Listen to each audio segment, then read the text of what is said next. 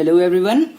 In today's lecture of class 10th, chapter acid, bases and salts, we are going to start, and the topic which we are going to take is indicators for testing acids and bases. First of all, we are going to test that any given substance is acid or base or not. So an indicator is a dye that changes color in acids and bases. The three common indicators which we use are, first is litmus paper. It is of two colors, red and blue. So how we check it? An acid turns blue litmus paper to red, and a base turns red litmus paper to blue. Now if you try to take red litmus paper in acid, it will have no change, and if you try to take blue litmus paper with base, there will be no change. So this is the show test of acid and base. Now what is alkali? A base or alkali I have written. Alkali is those bases which get dissolved in water are called alkalis. So that means all the alkalis which are soluble in water are called, means all the bases are called alkalis which are soluble in water, but all the bases which are not soluble, those are not called alkalis. Now next indicator is methyl orange. Methyl orange, its natural color is orange, so that is why it has got its name from the color. It is a synthetic indicator, whereas litmus paper is obtained from the natural substance that we will study in the later part. How to check the acid and base now? So methyl orange gives red color in acidic solution, orange to red, and it gives yellow color in basic solution. Our next indicator is phenolphthalein. It is colorless in neutral condition, and it is also a synthetic indicator. It remains colorless in acids and it turns pink in the bases. So by these by these three indicators, we can identify any given substances acid or base. So now we are going to study what is litmus actually. It is a natural indicator. It is purple dye obtained from lichen plants belonging to Thallophyta division. It turns red in acidic and blue in basic solutions. Keep in mind, litmus, we are talking about litmus solution. It is not litmus paper.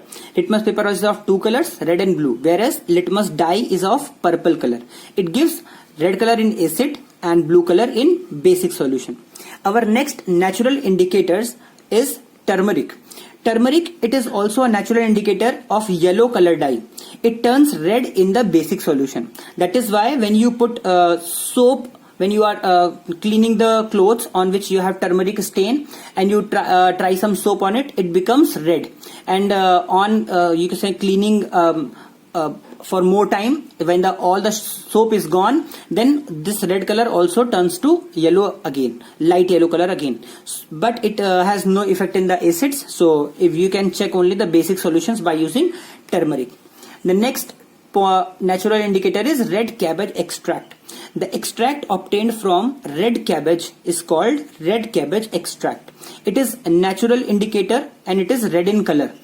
It remains red in acids but turns green in bases. So by this we can use to identify acid and bases.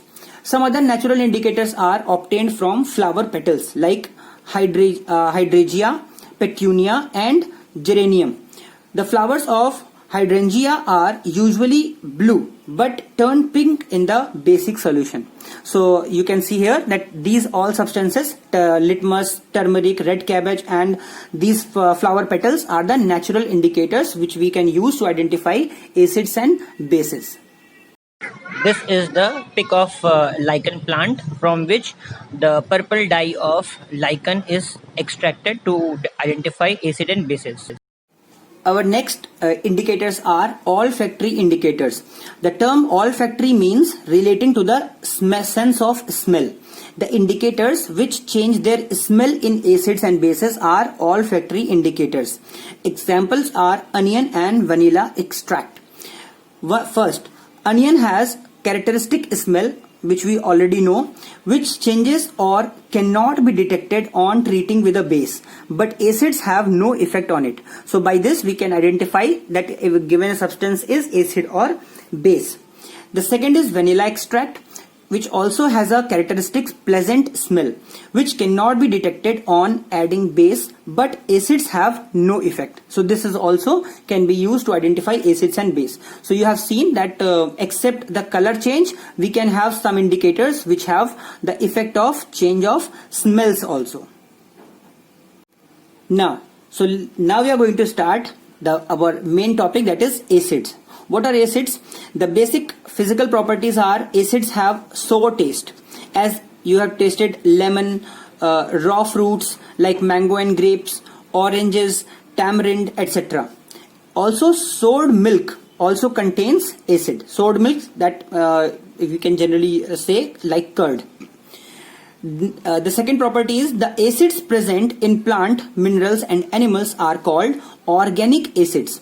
These occur naturally, means here we are talking about the type of acids according to their origin. So the acids which have originated from plants, minerals and animals are called organic substances.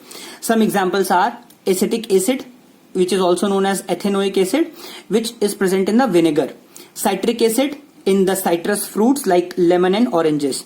Lactic acid in curd, or you can say like soured milk. Tartaric acid in tamarind and grapes. Oxalic acid present in tomatoes, and formic acid present in ant sting and nettle leaf sting. Formic acid also known as methanoic acid. So you can understand here like ant sting, when any ant or bee have stung you, then you must have felt a very severe pain. So that pain is because of the formic acid present in their stings. Organic acids are generally weak acids. It can be consumed, like as we have discussed all the fruits and other things which we generally consume. So organic acids are consumable. Now the acids present in the minerals of earth are called mineral acids. These are man-made and like hydrochloric acid, sulfuric acid, nitric acid, and these are strong in nature, means these are strong acids. Concentrated mineral acids are very dangerous. They can cause harm to us, means if they fell on the clothes or the hand of the person who is handling them, they can burn these things. In lab, the acids which are mixed with water are called dilute acids, or you can say the water is used to dilute them. These are less harmful, but even then they can also give severe harm to the living people, like the person which is handling them. So we should be very careful using you can say the mineral acids especially. Now special note about carbonic acid, that is H2CO3, is also a mineral acid but weak in nature. This is the exception case among the mineral acids, that it is weak in nature. It is used in fizzy soft drinks and soda water. Now the very important topic is diluting an acid. How to dilute an acid? So diluting an acid is done, means to dilute an acid is obtained by mixing concentrated acid with water. It is highly exothermic. Exothermic means when any reaction which is exothermic is done, then heat is evolved. That may be in the less amount or large amount. So here it is highly exothermic. The dilution of acid should be done by adding concentrated acid to water slowly with constant stirring, and not by adding water to acid. Keep in mind, concentrated acid to water slowly by constant stirring. We should never add water to acid. Why? Because the heat evolved is absorbed by large amount of water when we add concentrated acid to water. Second, if however water is added to concentrated acid, then what will happen? The large amount of heat will be evolved at once and can change some water to steam. That can cause a splash of acid. Even the container may also be broken.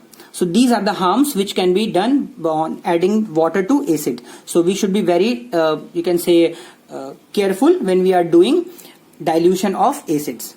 Thank you.